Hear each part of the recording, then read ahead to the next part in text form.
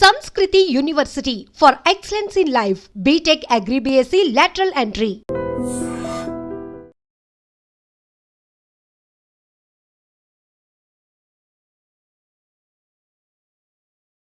Welcome to Idiom channel. This is Pavan. జగిత్యాలలో అయితే దారుణం చోటు చేసుకుంది. అభం శుభం తెలియని చిన్న పాపని అతి క్రూరంగా గొంతు కోసి చంపడం జరిగింది. అసలు ఎవరు చేశారు, ఎందుకు చేశారు అనే వివరాలు అయితే ఇంకా తెలియాల్సి ఉంది. అదే కాలనీకి ఆ పాప ఆడుకుంటా అని చెప్పేసి ఆడుకోవడానికి బయటికి వెళ్ళింది. ఎప్పటికీ కనిపించకపోవడంతో పేరెంట్స్ అయితే వెతకడం స్టార్ట్ చేశారు.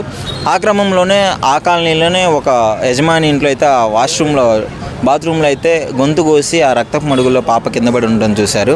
సో అది అసలు ఆ ఓనర్ కూడా పరారీలో ఉన్నారు. అసలు ఎందుకు ఈ విధంగా తయారవుతున్నారు మనుషులు?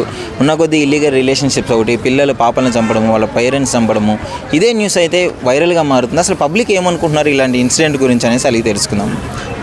Hi bro. హాయ్ అండి. బ్రో, జగిత్యాలలో ఒక చిన్న పాపను చంపడం జరిగింది. ఏంటి ఈ విధంగా చాలా ఇన్సిడెంట్లు మనం చూస్తూనే ఉన్నాం రెగ్యులర్గా, భర్తలు భార్యలను చంపడము. ఇది అంటే చిన్న పాప 5 ఏళ్ల పాపని గొంతు కోసి చంపాడు.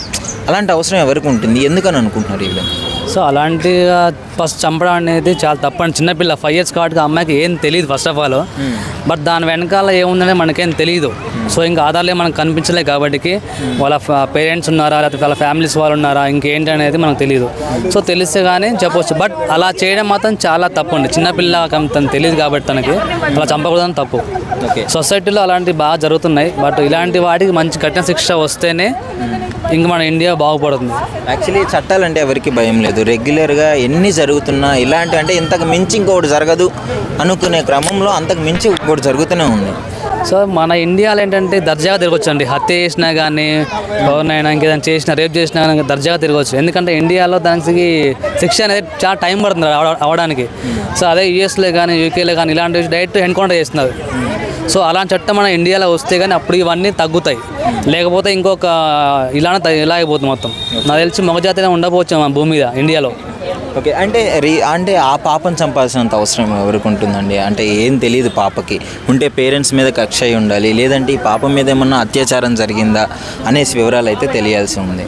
సో నాకు తెలిసి అయితే ఒకటి ఆశన్న ఉండాలి, లేదంటే అత్యాచారం ఉండాలి. ఎందుకంటే ఇంకా మనకి రిపోర్ట్స్ ఏం రాలే కాబట్టి ఈ రెండింటి మీద ఆధారపడి ఇంకే విధంగా అయితే ఉండదు. ఇంకా ఉంటే డబ్బు, లేదంటే రేప్ చేరు ఉండాలి. ఈ రెండు జరిగింది కాబట్టి ఇంకేం తెలియదు కాబట్టి మనకు వెయిట్ చేయాలి. ఇంకా ఫైనల్గా వన్ క్వశ్చన్ అండి, ఎందుకు ఈ జనరేషన్లో ముఖ్యంగా ఈ మధ్య కాలంలో ఇలాంటివి ఎక్కువగా వింటున్నాము? అవి చెప్తున్నాయి కదండి, ఏ తప్పు చేసినా ఏం కాదన్న భయంతోనే జరుగుతున్నాయి అన్నీ. ఒకటి డబ్బుతో వెళ్తుంది, ఇంకోటి కామంతో వెళ్తుంది. శిక్షలు కఠినంగా పడాలంటారు. ఖచ్చితంగా కఠినంగా పడితేనే భయం వస్తుంది. ఇలా వదిలేస్తే కోర్టులో సంవత్సరాలు తిరుగుతూ ఉంటే వాళ్ళకి భయం లేదు కదా. సో అలా ఇంకా చెలరైపోతున్నారు అందరూ. Thank you.